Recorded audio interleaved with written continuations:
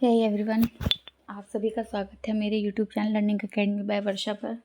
Hopefully आप सभी बहुत अच्छे होंगे, स्वस्थ होंगे और अपने एग्ज़ाम की तैयारी बहुत अच्छे से कर रहे होंगे। तो आज हम क्लास 6 का चैप्टर 8 लेकर के आए हैं और चैप्टर का नाम है जल की विविध अवस्थाएं, जल की विविध अवस्थाओं की यात्रा। और यहाँ पर चैप्टर को एक कीवर्ड से शुरू किया गया है, जो जल के ऊपर ही है ना। यदि पर्याप्त वर्षा नहीं होती तो विशाल समुद्र भी सूख जाएंगे। तो इसी को, खैर ये हमारे एग्ज़ाम में नहीं आने वाला, बट फिर भी हम आगे अपना चैप्टर स्टार्ट करते हैं। जो भी इम्पोर्टेंट पॉइंट्स हैं उन्हें रिकवर करते हैं। क्या क्या चीज़ें हमारे एग्ज़ाम्स में देखने के लिए मिल सकती हैं, आगे बढ़ते हैं। पहली लाइन यहाँ पर दी हुई है, जल के वाष्प अवस्था में परिवर्तित होने की प्रक्रिया को वाष्पीकरण या वाष्पन कहते हैं। वाष्पीकरण की प्रक्रिया कमरे के सामान्य ताप पर भी लगातार होती रहती है, यानी कि जब पानी भाप बन जाता है तो उस प्रक्रिया को या उस प्रोसेस को हम वाष्पीकरण या वाष्पन कहेंगे। और वाष्पीकरण जो होता है ये हमारे कमरे के सामान्य ताप पर, यानी कि रूम टेम्परेचर पर भी होता है। कई बार आपने देखा होगा कि किसी प्लेट में, अगर जैसे कि यहाँ पर दिखाया गया है कि पानी पड़ा हुआ है, बट आप मान लो सुबह को आपने ड्रॉप यहाँ पर इस प्लेट पर पड़ी हुई है, बट शाम को जब आप देखेंगे तो काफ़ी सारा पानी इसमें से इवेपोरेट या वाष्पन में परिवर्तित हो जाएगा, है ना। और कल या परसों तक या शायद 1-2 दिन बाद क्या होगा कि वो पूरी तरह से इवेपोरेट हो जाएगा। इसका मतलब ये है कि आपने पानी को कोई भी टेम्परेचर अलग से नहीं प्रोवाइड कराया था, पर लेकिन कमरे के सामान्य ताप पर ही क्या हुआ, जो पानी था वो भाप बनकर उड़ गया, ठीक है।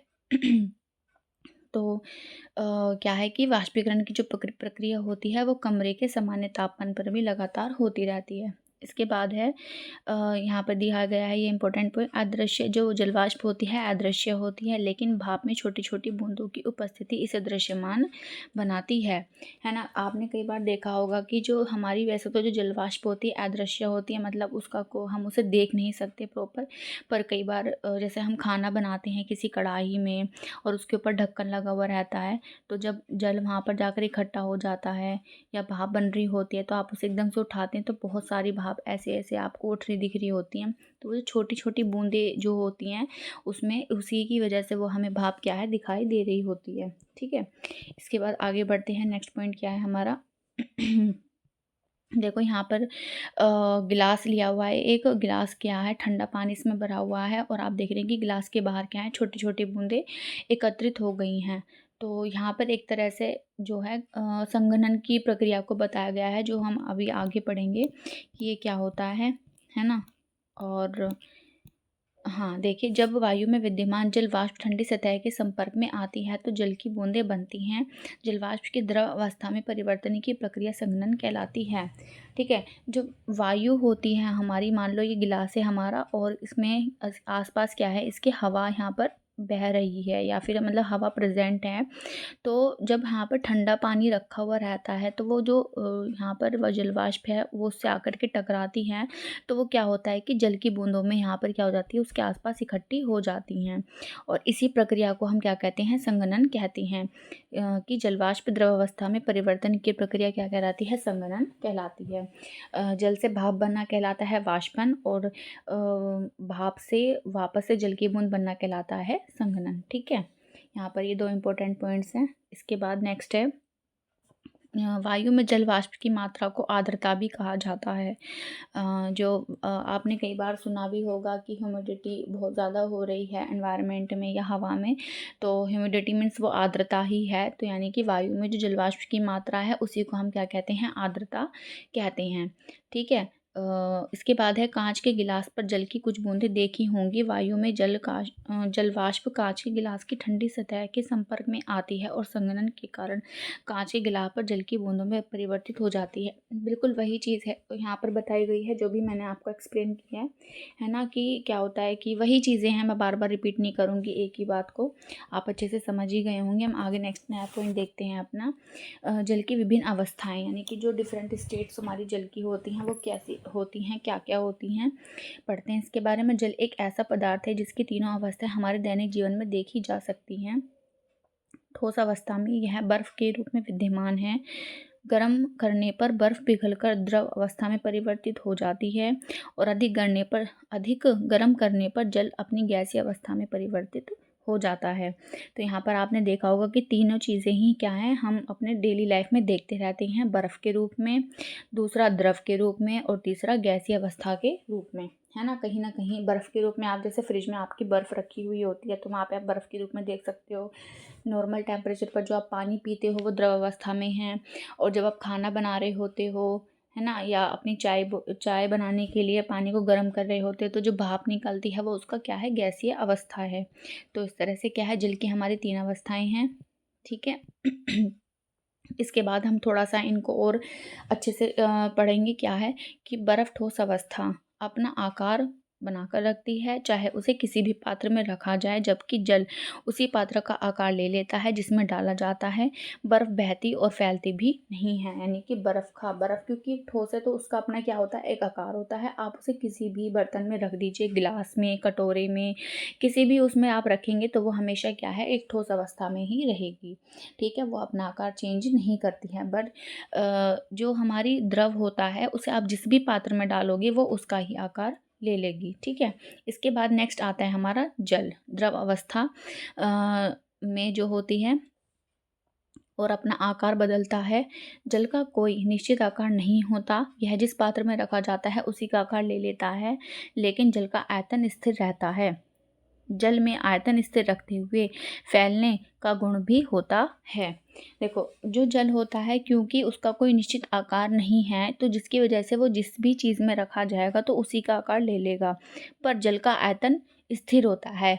आयतन स्थिर होने का मतलब ये है, मान लो यहाँ पर आपका किसी गिलास में पानी है, तो अगर वो पानी का जो आयतन है अगर इतना है, यहाँ तक है, ठीक है, यानी कि उसकी कुछ ना कुछ वॉल्यूम है, जो आयतन है, तो वो इस गिलास में भी उतना ही रहेगा। आप उसको किसी बाउल में या किसी बकेट में ट्रांसफ़र कर दोगे तो भी वो उतना ही रहेगा, उसमें कोई भी चेंज नहीं आएगा। पर आयतन स्थिर रहते हुए भी क्या होता है, उसमें क्या होता है, उसके फैलने का गुण होता है, ठीक है।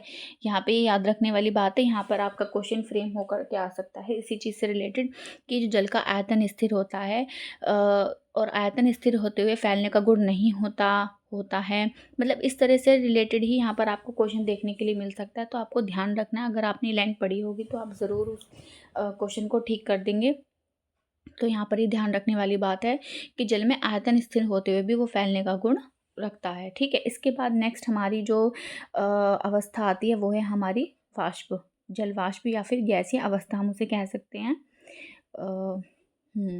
तो जल वाष्प समस्त उपलब्ध स्थान में फैल जाने का गुण प्रदर्शित करती है। गैस निश्चित आकार धारण नहीं करती है। जल वाष्प सामान्य ताप पर भी विद्यमान रहती है, यद्यपि यह हमारे लिए अदृश्य है। यह हमारे आसपास की वायु में विद्यमान है।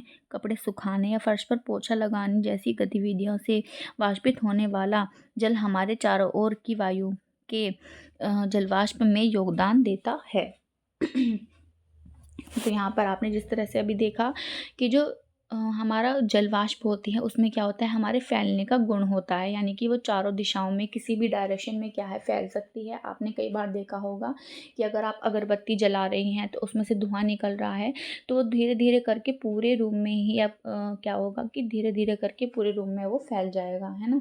तो यानी कि यहाँ पर ये चीज़ ये शो करती है कि जो गैसीय अवस्था होती है वो फैलने का गुण रखती है ना। अब मान लो घर में मम्मी कोई आपकी सब्जी बना रही होंगी, तो सब्जी बनाते समय जैसे भाप निकलती है, पूरी खुशबू पहले किचन में होती है, धीरे धीरे वो पूरे घर में फैल जाती है। आप उस एग्जाम्पल से भी उस चीज़ को समझ सकते हैं, ठीक है। और इसी के साथ हम ये भी कह सकते हैं कि गैस का जो आकार है वो निश्चित नहीं होता, ठीक है। वो कहीं भी जा रही है उसी का आकार धारण नहीं कर सकती, ठीक है। जलवाष्प सामान्य ताप पर भी विद्यमान रहती है, जैसे कि रूम टेम्परेचर पे भी अगर आप अभी भी जिस जहाँ पर भी बैठे होंगे तो आसपास वहाँ पर अभी भी क्या होगी, जलवाष्प होगी, ठीक है। पर लेकिन वो अदृश्य है, जिसकी वजह से क्या है, सिर्फ हम उसे महसूस कर सकती हैं। ये हमारे आसपास की वायु में विद्यमान है। और दूसरा, जैसे कपड़े जब हम सुखाते हैं फर्श पर, जैसे पोछा लगाते हैं तो वो थोड़ी देर बाद ही क्या होता है, पानी इवेपोरेट हो जाता है। तो वो जो इवेपोरेट हुआ पानी होता है, जो भाप होती है, वो कहीं ना कहीं हमारे चारों तरफ ही, हमारे आसपास ही होती है, पर लेकिन वो हमें दिखाई नहीं दे रही होती है बस, ठीक है। तो इस तरह से हम ये समझ सकते हैं कि हमारी अवस्थाएं हैं, ठोस, द्रव और गैसीय अवस्था, और उनके हमने ये गुण पढ़े हैं कि किस तरह के गुण होते हैं, और इनको आपको याद रखना है क्योंकि सीटेट यहाँ से क्वेश्चंस आपके फ्रेम कर सकता है और पूरी पॉसिबिलिटी है कि होंगे ही, है ना। बस थोड़ा सा ये हो सकता है कि क्वेश्चन का लेवल हार्ड हो जाए, घुमा करके पूछ लिया जाए, ये चीज़ें हो सकती हैं। पर लेकिन अगर आपने चीज़ें अच्छे से पढ़ी होंगी, ठीक है, तो आप बहुत इजीली उस क्वेश्चन का आंसर कर सकते हैं। प्लस ये होता है कि देखो, मैंने हर चीज़ एनसीईआरटी से ली हुई है, तो आप प्लीज़ इस चीज़ पर कोई भी डाउट मत करना कि अलग से कुछ है। अगर आप एनसीईआरटी को ही अच्छे से पढ़ लेंगे तो बहुत आपको बेनिफिट मिलेगा, है ना, और फर्स्ट अटैम्प्ट में ही आप अपना एग्ज़ाम क्लियर कर सकते हैं, ठीक है। इसके बाद आगे चलते हैं हम कि जो जल की अवस्थाएं वो कैसे परिवर्तित होती हैं। यदि हमें बर्फ़ को जल और जल को जलवाष्प में परिवर्तित करना है तो हमें ऊष्मा की आपूर्ति करनी होगी, ठीक है। जब हम बर्फ़ को जल में बदलना चाह रहे हैं और जल को वाष्प में परिवर्तित करना चाह रहे हैं तो उसके लिए क्या होगी, हमें ऊष्मा की आपूर्ति की ज़रूरत होगी, ठीक है। हिमीकरण यंत्र यानी कि फ्रीजर में जल जम जाता है और बर्फ़ में परिवर्तित हो जाता है। देखो, यहाँ पर भी हमने टेम्परेचर का यूज़ किया है। बेशक हमने यहाँ टेम्परेचर को बढ़ाया नहीं है, बट यहाँ पर हमने क्या किया, टेम्परेचर को कम किया है। जो हमारा वाटर था या जो पानी था हमारा, किसी भी हमने पात्र में लिया, किसी भी बर्तन में लिया, और जब हमने उसको फ्रीजर में रख दिया तो वहाँ पर क्या हो गया, वो एक प्रॉपर बर्फ़ बन गया। तो वहाँ पर बर्फ़ वो कैसे बना, क्योंकि हमने क्या करा, फ्रीजर में रखने के बाद में उसका क्या कर दिया, हमने टेम्परेचर कम कर दिया। टेम्परेचर कम करने से क्या हुआ कि जो जल था वो हमारा बर्फ़ में कन्वर्ट हो गया, ठीक है। तो यहाँ पर ये चीज़ बताई गई है। नेक्स्ट क्या है, यहाँ पर एक पॉइंट और है, इसे भी हम रीड कर लेते हैं। वायुमंडलीय जल जनित्र AWG मशीनें पीने योग्य जल के लिए आर्द्र वायु से एक जल एकत्र करती हैं। यह कार्य वायु को ठंडा कर जलवाष्प के संघनन के माध्यम से किया जाता है। यह प्रक्रिया बर्फ़ के ठंडे जल से भरे कांच के गिलास के बाहर पानी की बूंदों के बनने के समान है।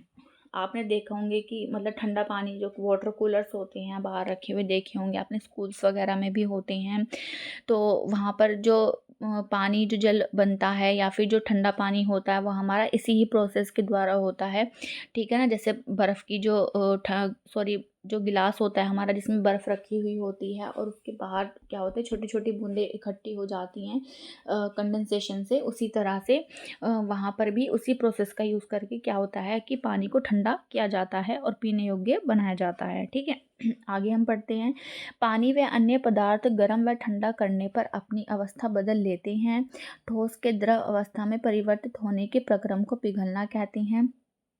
द्रव के ठोस अवस्था में परिवर्तित होने की प्रक्रम को हिमीकरण कहते हैं, है ना। क्या है कि जब ठोस के द्रव अवस्था में, जब ठोस हमारा द्रव अवस्था में बदलता है तो उसे पिघलना कहेंगे हम, और जब द्रव ठोस में परिवर्तित होगा तो हम उसे हिमीकरण कहेंगे, ठीक है। यानी कि वो फ्रीज हो गया, है ना, इस तरीके से।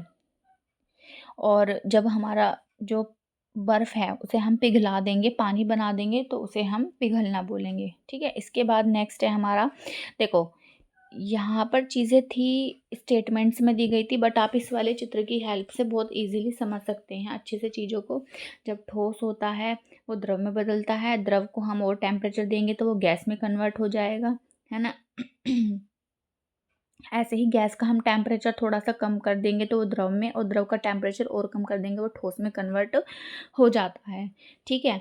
इसके बाद है, और ठोस से द्रव में बदलना कहलाता है आपका पिघलना, ठीक है। इसे हम कहेंगे आपका पिघलना, ठीक है। और द्रव से आपका जो गैस में कन्वर्ट होना होता है वो होता है वाष्पन, यानी कि वाष्पित होना, ठीक है। इसके बाद सेम जब हमारा क्या होता है, द्रव हमारा ठोस में बदलता है तो हम उसे क्या कहते हैं, जमना, क्या कहेंगे, जमना। और जब हमारा जो गैस है वो द्रव में कन्वर्ट होगा तो हम उसे कहेंगे संघनित होना, ठीक है। तो यहाँ सारी प्रोसेस को अच्छे से समझाया गया है कि ठोस से द्रव में जब जा रहा है तो उसे क्या कह रहे हैं, द्रव से गैस में जा रहा है तो उसे क्या कह रहे हैं, ठीक है। और ये सारी चीज़ें यहाँ पर, और इसी तरह से गैस से द्रव में और द्रव से ठोस में जाने पर किसको क्या बोला जा रहा है, ठीक है। इसके बाद नेक्स्ट है, आगे बढ़ते हैं हम। नेक्स्ट है हाँ, यहाँ पर देखो कुछ चीज़ें ये बताई गई हैं कि जो आपकी मतलब टेम्परेचर जो होता है या फिर अलग अलग तरह के फैक्टर्स होते हैं हमारे किसी भी वाष्पीकरण की प्रक्रिया को कम या तेज करने के, वो कुछ फैक्टर्स पर डिपेंड करते हैं। वो यहाँ पर ये बताएं, यदि आप प्लेट में जल फैलाते हैं तो वह वायु के संपर्क में अधिक आता है, इसीलिए इसका वाष्पीकरण तीव्र होता है। यानी कि यहाँ पर ये बताया गया है कि अगर किसी बर्तन का या किसी पात्र का जो एरिया है, सरफेस एरिया, वो ज़्यादा होगा तो वहाँ पर क्या होगा, वाष्पन की प्रक्रिया क्या होगी, वो तेज होगी। अगर यहाँ पर आप दो पात्र लेते हैं, एक ए पात्र है और ये हमारा बी पात्र है, अगर इसमें पानी ऐसे यहाँ पर डाला हुआ है और इसमें पानी इस तरीके से डाला हुआ है, तो क्योंकि इसका सरफेस एरिया ज़्यादा है तो यहाँ पर वाष्पीकरण ज़्यादा होगा, इसके कंपैरिजन में होगा यहाँ पर भी, बट वो धीरे होगा, ठीक है ना। पर यहाँ पर क्या होगा, वो तेज होगा, जल्दी होगा, है ना। तो यहाँ पर एक फैक्टर ये है कि एरिया डिपेंड करता है आपकी वाष्पीकरण की प्रक्रिया पर, ठीक है। इसके बाद नेक्स्ट है, और भी फैक्टर्स होते हैं कि वायु में हमारी आर्द्रता होती है, टेम्परेचर किस तरह का है ना। तो कुल मिला के हमारी 4 फैक्टर्स होते हैं। एक तो आपका एरिया हो गया, एक आपका टेम्परेचर हो जाता है, ठीक है। दूसरा आपकी ह्यूमिडिटी यानी कि वाष्प की जो आर्द्रीकरण है या जल वाष्प की मात्रा वायु में कितनी है उस पर भी डिपेंड करता है, ये ह्यूमिडिटी हो गई। इसके बाद क्षेत्रफल हो गया, एरिया हो गया, टेम्परेचर हो गया, सॉरी क्षेत्रफल और एरिया एक ही है, टेम्परेचर ह्यूमिडिटी एक फैक्टर और होता है, शायद मुझे ध्यान नहीं आ रहा अभी, पर मैं आपको बता दूंगी, है ना। चलिए आगे बढ़ते हैं। नेक्स्ट, हवा। देखो, छाया वाले स्थान पर रखे ढक्कन की तुलना में सूर्य के प्रकाश में रखे हुए ढक्कन से जल तीव्रता से वाष्पित हो जाता है। इसके बाद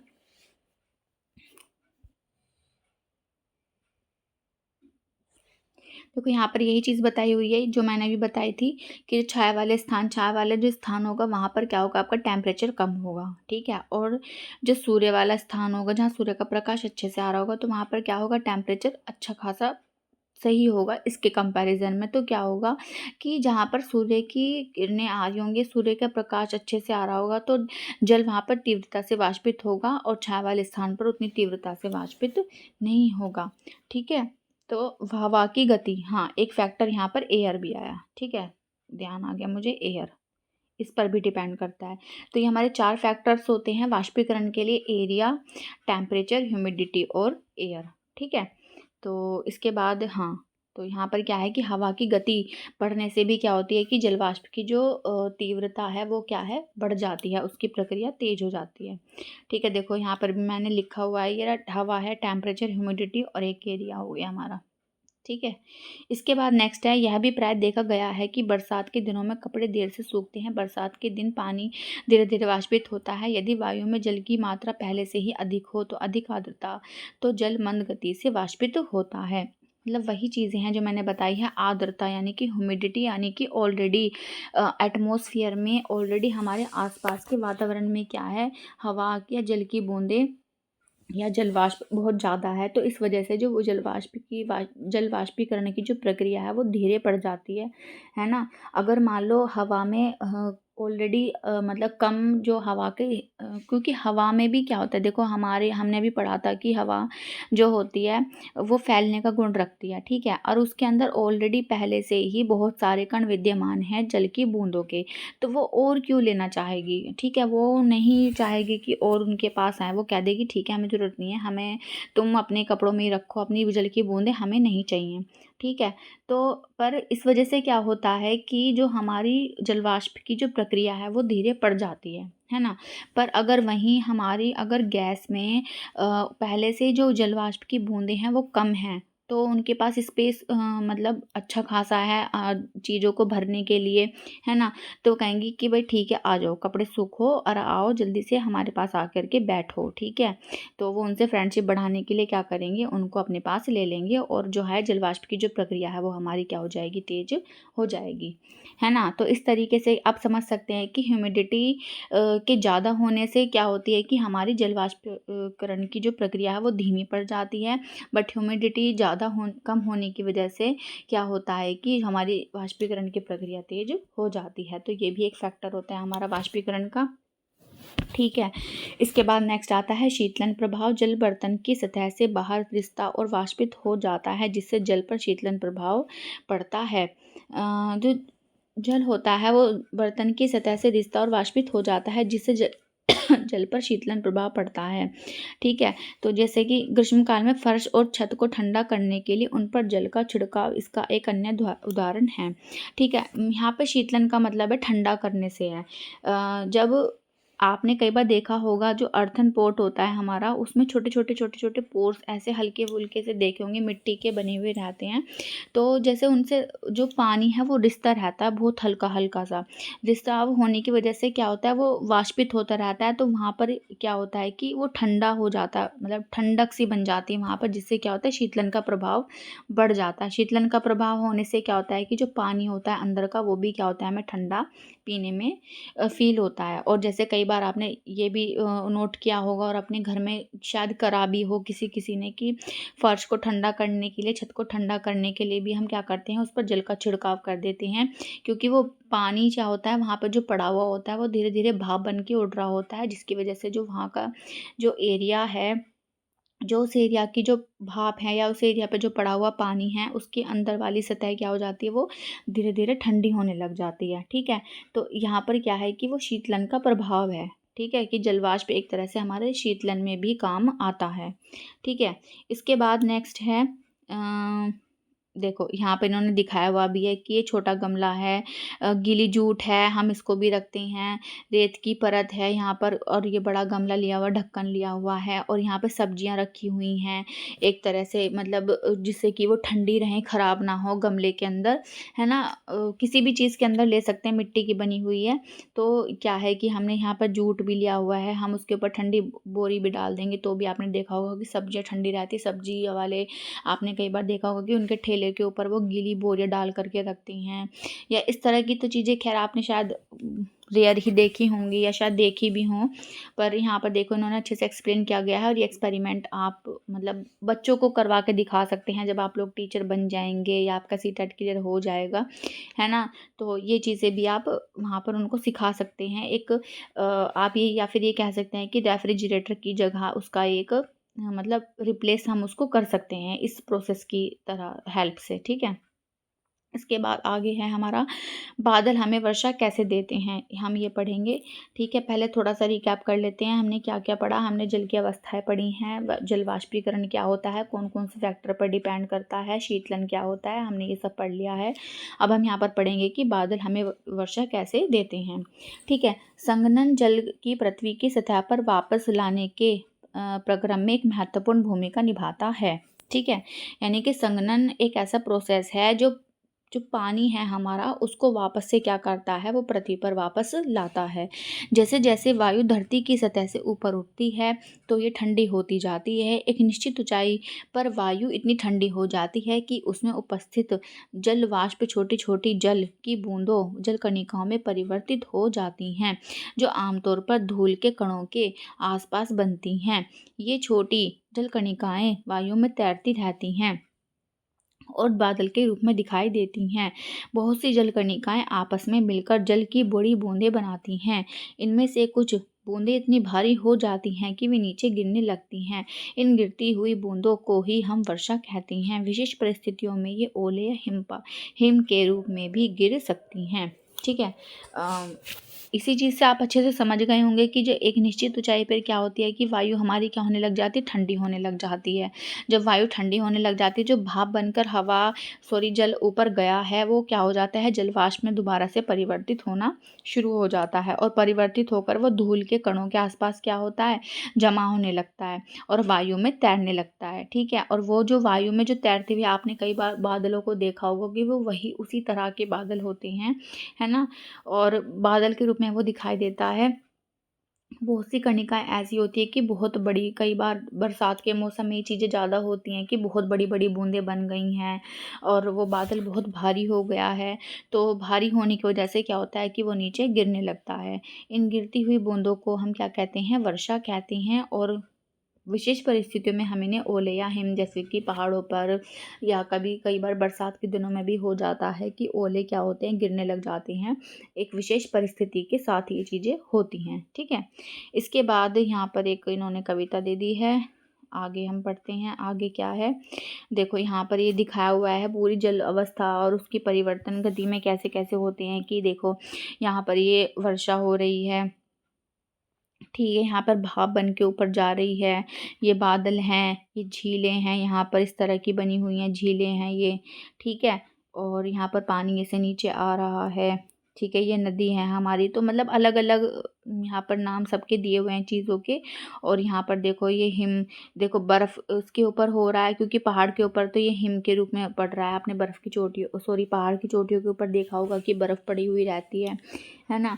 और ये महासागर से भी पानी उठ के जाता है, यानी कि पानी जहाँ भी कहीं होगा उठ के जाएगा, भाप बनेगा, फिर मतलब आपकी बादलें बनेंगे, बादल बनने के बाद बड़ी बूंदें बनेंगी, बड़ी बूंदें बनेंगी, भारी हो जाएगा, फिर वो कहीं बारिश के रूप में नीचे गिरेगा, कहीं ओले के रूप में और कहीं बर्फ़ के रूप में गिरेगा। तो ये प्रोसेस कंटिन्यू क्या है, हमारी अर्थ पर चलता रहता है ना। बस इसी चित्र की हेल्प से ये चीज़ें दिखाई गई हैं यहाँ पर।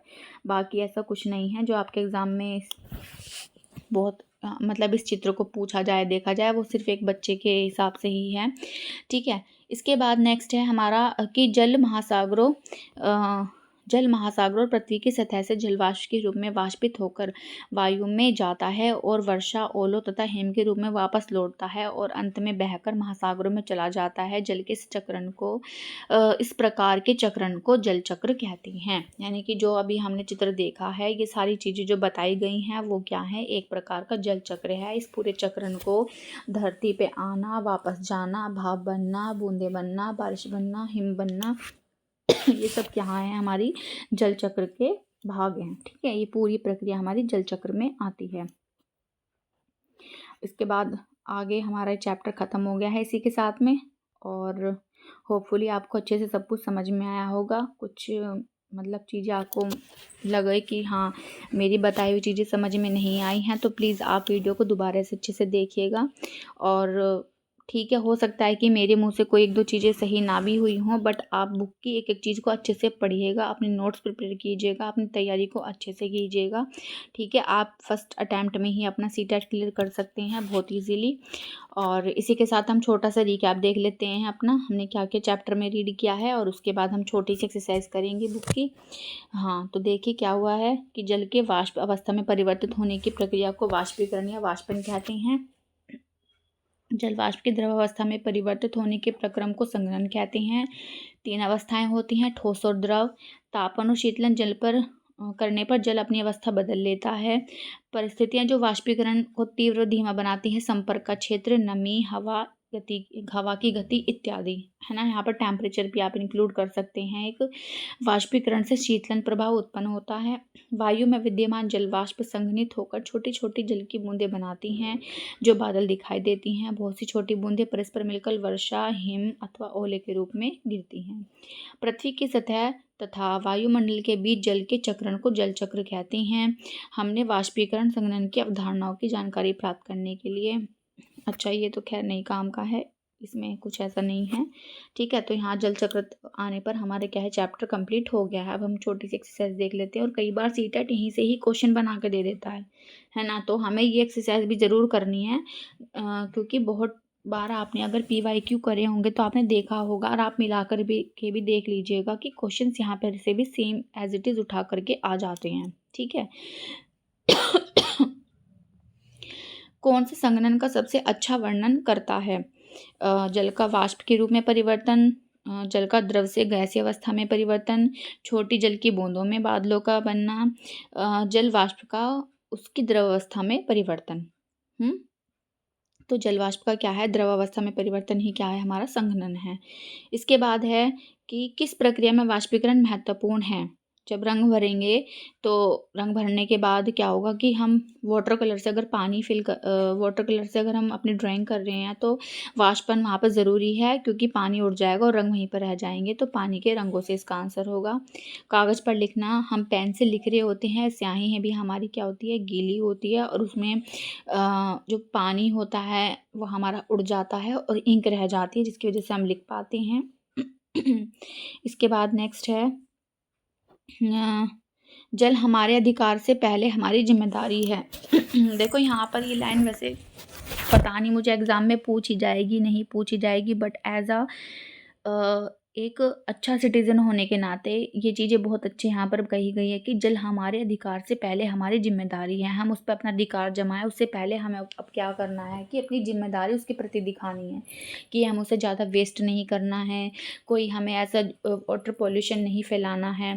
ठीक है, आप भी एक टीचर बनने जा रहे हो, ठीक है, तो आपके लिए ये बहुत इम्पोर्टेंट है कि आप खुद भी उस चीज़ को फॉलो करें, है ना। आप अपने स्टूडेंट्स को सिखा रहे हो, पेडागोजी और कहीं से नहीं ऐसे ही बन कर के आती है, इन्हीं क्वेश्चन से बनकर आती है। कि मान लो एक क्वेश्चन दे दिया जाए और वहाँ पर यही क्वेश्चन पूछ लिया जाएगा कि आप एक टीचर के रूप में क्या करेंगे, क्या बच्चों को सिखाएंगे, आप एक रोल मॉडल के रूप में वहाँ पर उसको दिखाएंगे कि कहीं टंकी में पानी बह रहा है और एक टीचर वहाँ पे खड़ा है और उससे कोई फ़र्क नहीं पड़ रहा, बट वहाँ पर एक बच्चा खड़ा है बट वो ऑब्जर्व कर रहा है कि देखो पानी बह रहा है, टीचर तो को कोई फ़र्क नहीं पड़ता, तो हम भी क्यों ज़्यादा उसको फोकस करें या हम ही क्यों बंद करें, है ना। तो आपको वही चीज़ वहाँ पर बच्चों को भी पढ़ानी है, सिखानी है, एक रेस्पॉन्सिबल सिटीज़न बन के दिखाना है, तभी आप बच्चे को भी क्या है वो चीज़ें सिखा सकते हैं, और बच्चा ऑब्जर्वेशन से भी बहुत सारी चीज़ें सीखेगा। ठीक है, तो मेरी पर्सनली भी आपसे एक रिक्वेस्ट है कि प्लीज़ नेचर को जितना हो सके कंज़र्व कीजिए। सिर्फ वाटर ही नहीं, आपके पेड़ पौधे भी हैं, पानी भी है, हवा भी है, और जैसा आजकल आप देख भी रहे हैं पोल्यूशन कितना ज़्यादा हवा में फैल चुका है, वो सिर्फ और सिर्फ मानव गतिविधियों की वजह से ही हुआ है।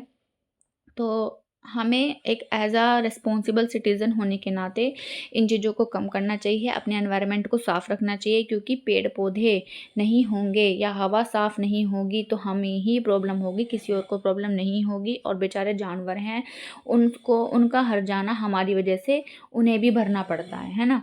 तो प्लीज़ छोटा मोटा कंट्रीब्यूशन नेचर के प्रति भी कीजिए, आपको बहुत अच्छा फील होगा, एक बहुत ही अच्छी फीलिंग, एक पॉजिटिव एनर्जी अपने आप में आपको फील होगी। ठीक है, इसी के साथ हम अपने चैप्टर यहाँ पर फिनिश करते हैं, इसके आगे ज़्यादा कुछ नहीं है, और मैं ज़्यादा वीडियो को लंबा भी नहीं करना चाहती, ना ही मैं आप लोगों को बोर करना चाहती हूँ एक्स्ट्रा बातों से, और आपका टाइम भी वेस्ट नहीं करना चाहूँगी मैं। ठीक है, बट जो भी चीज़ें मैंने आपको पढ़ाई हैं प्लीज़ उन्हें अच्छे से रीड कीजिएगा, अपने नोट्स बनाइएगा। मुझसे कोई मिस्टेक हुई हो तो प्लीज़ उसे अवॉइड कीजिएगा। मेरे चैनल को लाइक, शेयर और सब्सक्राइब कीजिएगा, ठीक है। और इसके साथ ही हम फिर मिलते हैं नेक्स्ट वीडियो में, ठीक है। और ध्यान रखिए अपना, अच्छे से पढ़ाई करते रहिए। तब तक के लिए बाय एंड टेक केयर।